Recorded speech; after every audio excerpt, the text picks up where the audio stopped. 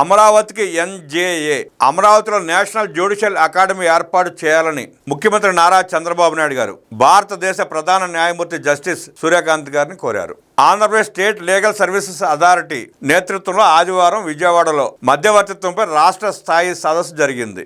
సదస్సుకు CJI justice Surya Kant హాజరయ్యారు. సదస్సుకు వచ్చిన సిజేఐ జస్టిస్ సూర్యకాంత్ గారికి ముఖ్యమంత్రి నారా చంద్రబాబు నాయుడు గారు, హైకోర్టు జస్టిస్ ధీరజ్ సింగ్ ఠాగూర్ గారు స్వాగతం పలికారు. ఈ సందర్భంగా ముఖ్యమంత్రి నారా చంద్రబాబు నాయుడు గారు మాట్లాడుతూ అమరావతి రాజధాని నిర్మాణంలో జస్టిస్ సిటీలో న్యాయ వ్యవస్థకు అవసరమైన మౌలిక సదుపాయాలు కల్పిస్తున్నామన్నారు. Judicial academy, legal services authority, mediation centre, international law university, bar council of India వంటి వాటిని ఇంటిగ్రేట్ చేస్తూ బెస్ట్ జ్యుడిషియల్ సిటీని నిర్మిస్తున్నాం. వీటికి అవసరమైన భూములు ఇవ్వడానికి కూడా ప్రభుత్వం సిద్ధంగా ఉంది.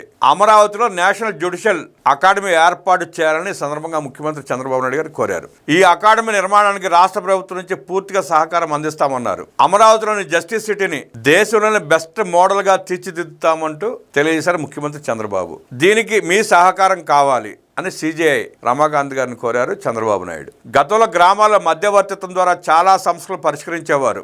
మా తండ్రి గారు కూడా గ్రామంలో పెద్దరికం వహించి చాలా సమస్యలు పరిష్కరించారు. మధ్యవర్తిత్వంతో కేసులు పరిష్కరిస్తే 10,000 ఇస్తామన్నారు చంద్రబాబు. కేసులు పరిష్కారం కాకుండా 3,000 రూపాయలు ఇస్తాం. కేసులు పరిష్కారమై సత్వర న్యాయం అందితే త్వరితగతిన అభివృద్ధి కూడా సాధ్యమవుతుంది.